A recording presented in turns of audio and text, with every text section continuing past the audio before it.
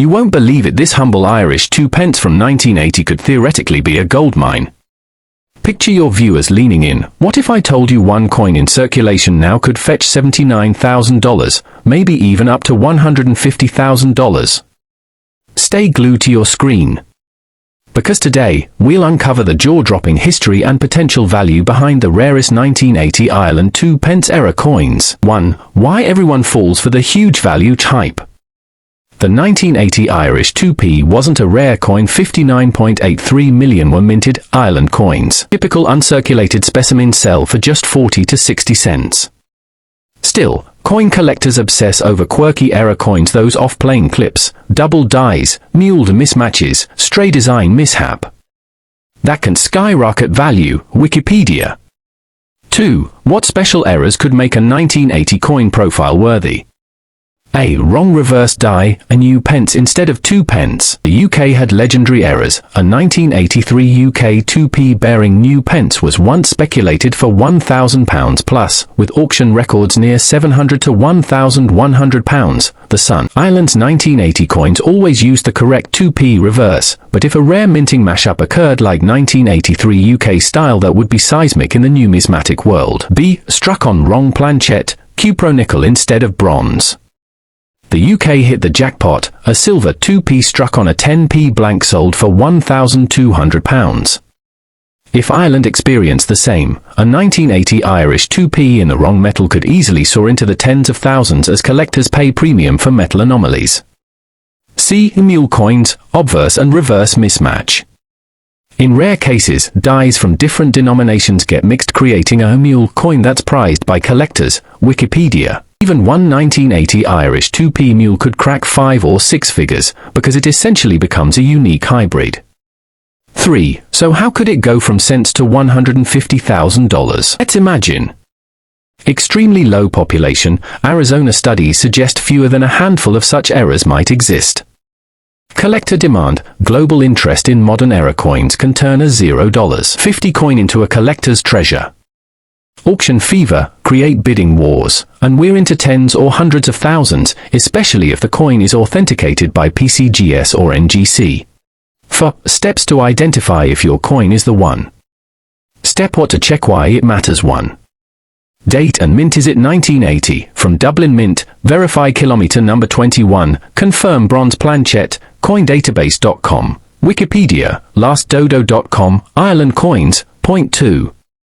Reverse inscription reads 2p. Any trace of new pence, indicative of wrong die strike, extremely rare in Ireland. Point 3. Metal coloration bronze? Or more silvery, cupro-nickel, non-bronze indicates wrong planchet usage. Point 4. Mint anomalies, off-center strike, double die, die cracks, cuds, standard Irish mintage didn't have these, so errors stand out. Point 5. Professional certification sent to NGC or PCGS for grading. Authentication validates if it's a $150,000 piece or a pocket change error. 5. Real coin stories, myths versus reality. UK new pence at 1983 2p era, sold for £700 to £1,100. The Sun. Silver 2p wrong metal sold for £1,200. Wikipedia. Most UK 1971 to 1981 silver clear coins. Just face value. Reddit. Confirms, only genuine, documented mint errors spike values dramatically. 6. Making your case to viewers. Red Heart Hash. Narrate the massive contrast. 59 million coins minted. Identify the one in a million with an error that could be worth $79,000 to $150,000. Show the technical detective work, die mismatches, planchet anomalies, certification process. Offer visual comparatives, standard 1980 bronze vs hypothetical silver inscription mismatch versions. Describe auction psychology, scarcity plus bidding equals big money. 7. Summary and closing hook. Wrap up with a punch. These coins were everyday pocket change, until a tiny minting glitch turned one into a headline-making prize. From a brief misstrike or misplaced planchet, you could be looking at a potential $150,000 windfall. So check your Irish 2p coins, because hidden in plain sight might just be your golden ticket. Final thoughts. Most 1980 Irish 2p coins, worth under $1, nothing special. Error variants, possibly worth thousands, maybe even up to $150,000, with proper proof and provenance. Takeaway for viewers: review your coin stash, look for anomalies, and if something odd surfaces, get it graded and potentially listed at auction. Movie camera video structure recap. Hook, a lowly penny, $150,000 potential. Background, coin specs, mintage. Error types, die, plain, metal, mule. Real-world UK parallels. Identification guide, ROI hype, scarcity plus demand. Picture this: you hold in your hand a small silver coin worth enough to buy a nice car or pay for a year of school. That tiny piece of metal might be worth $77,000, even $140,000 in rare cases. We are talking about a 1971 Reedy Kennedy $half that was struck by mistake on an old silver blank. This coin was not meant to exist.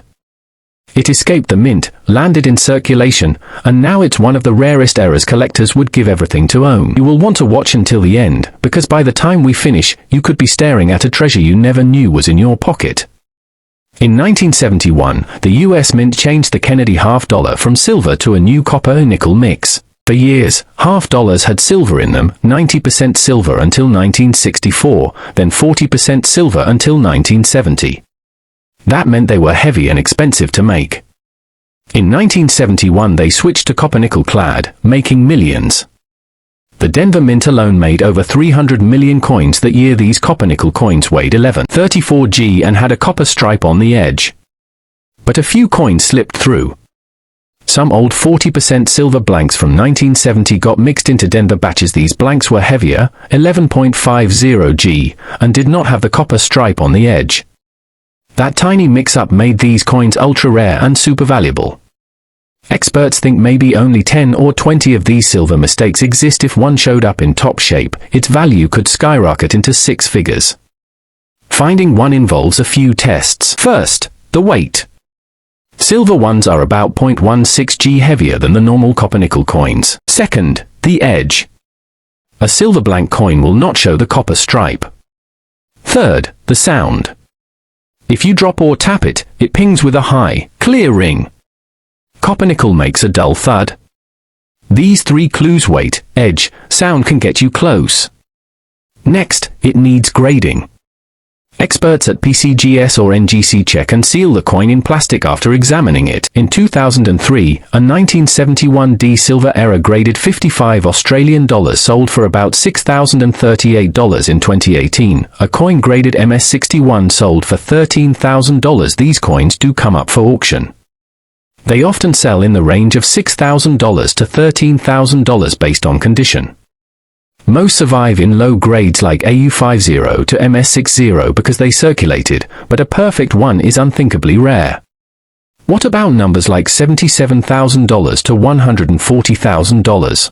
These are estimates for coins in very high grades: MS65, MS66, MS67. Grades almost never seen for a silver blank Éire. If one of those existed and went to auction, collectors would fight it out. A coin like that could easily shoot past $100,000. The coin world loves rare mistakes, especially those that were never meant to exist. When rarity meets top grade, the bid soar. Other errors in 1971 halves also sell. Off-center strikes, where the design is misaligned, can go for a few thousand if big enough, and in good shape clipped planches when the metal blank was cut wrong can reach around $1,300. In high grade there are double die coins showing extra shadows on letters like Liberty that sell for hundreds to low thousands. There are even coins struck on quarter blanks for a few $100s in decent condition, but none of these come close to the value of the silver blank Éire. Back to silver. That 40% silver mix was used from 1965 to 1970. Those coins weighed about 11.50 g. In 1971, the new copper-nickel coins were lighter. Any coin marked 1971 but weighing 11.50 g is a signal something went wrong. The Éire is called a transitional planchet or wrong planchet error. These mistakes happen when old blanks linger in bins and get struck with the wrong die. Mint machines are supposed to catch this, but sometimes they don't. Experts believe only a few silver blank 1971 halves exist. One Reddit collector said he found one but it failed the silver test. Another user learned about a coin auctioned in 2003 for $6,038 that shows how little is out there. 10, 20, maybe 30 still might exist in private hands. Collectors often look through jars and rolls of coins hoping to find a hidden gem. These coins could hide in thrift shop change, old collections, or hobby shops. If you think you found one, you handle it carefully with gloves and check weight and edge first. If it looks good, send it to get graded by PCGS or NGC. Their label and seal will confirm it's real and grade the condition. Once graded, auctions matter. Big coin auctions like Heritage or Stack's Bowers show buyers around the world. A top-quality silver blank 1971D would draw big crowds. If a coin in MS65 or higher shows up, expect offers in the tens to hundreds of thousands. Even if MS63, it could bring $77,000 or $83,000. If an MS66 appears, 6 digits become real. If MS67, maybe $140,000 or more. These big numbers might sound like hype. But coin collecting is serious. Just like art or rare stamps, scarcity drives price. In 1971 silver blank coins, there might only be one in top grade. That gives it near-perfect uniqueness. When that one appears, the race to own it could be wild. Imagine collectors, museums, speculators all bidding. That's how a small coin becomes a big prize. Let's talk a moment about the standard 1971 half dollars. Millions were made, so most are worth their face value or a few dollars if uncirculated. In MS65 grade, they're only about $40, in MS66 maybe $85 tops. They are not rare. But the silver blank error is. Mint-made errors are when a coin is made wrong, not damaged later. Errors like wrong metal, clipped blanks, off-center strikes happen inside the mint. Those attract collectors because they tell a story. The 1971 silver blank coin says a moment of oversight created something special. History of the 1995 £1 coin. Let's take a step back to the mid-1990s. In 1995, the Royal Mint continued the £1 coin series with designs celebrating the 4 nations of the United Kingdom. That year featured Wales, showcasing a magnificent red dragon, designed by heraldic artist Norman Silman. On the obverse, the regal image of Queen Elizabeth II, sculpted by Raphael Maklouf, marking one of the last few years before the obverse portrait changed in 1998. Heavy exclamation mark symbol the 1995 Éire coin, a numismatic mystery. Reason this coin is worth tens of thousands of dollars isn't because of the dragon. It's because of a rare minting error that made it an instant collector's holy grail. The 1995 Éire coin is known for several key mistakes, and any one of these errors can skyrocket its value. But the rarest are coins that combine multiple mistakes. Here's what you need to look for. Counterclockwise arrows, wrong edge inscription. Some 1995 coins were mistakenly struck with edge inscriptions meant for different years. For example, the 1995 £1 coin should have the edge inscription. Pleidial WYF I'm GWLAD, Welsh for True am I to my country. But error versions have been found with Decus et Tutamen, the standard motto for earlier coins. That's a major red flag and a major payday if you find it. Mule errors. Even rarer? A mule error, where the obverse, heads, and reverse, tails, don't belong together. Imagine a 1995 reverse with the wrong queen's portrait or an incorrect pairing with a different year's design. These are extremely rare and command sky-high prices. How to identify the 1995 Éire coin? You don't need fancy tools, just your eyes and some patience. Here's what to look for. White heather checkmark date, 1995. White heather checkmark obverse, Queen Elizabeth II, Raphael Maklouf portrait. White heather checkmark reverse. Red Dragon of Wales by Norman Silman. White heather checkmark edge, should say Pleidial WYF I'm GWLAD. Police car's revolving light. If your 1995 coin has Decus et Tutamen or any other mismatch, you may have a rare error. Also look for off-center striking, double dates or missing details, any mismatched combinations of edge, date, and portrait. Be sure to weigh the coin, should be 9.5 g, and check the diameter, 22.5 millimeters. Counterfeits exist, but errors are rare and valuable.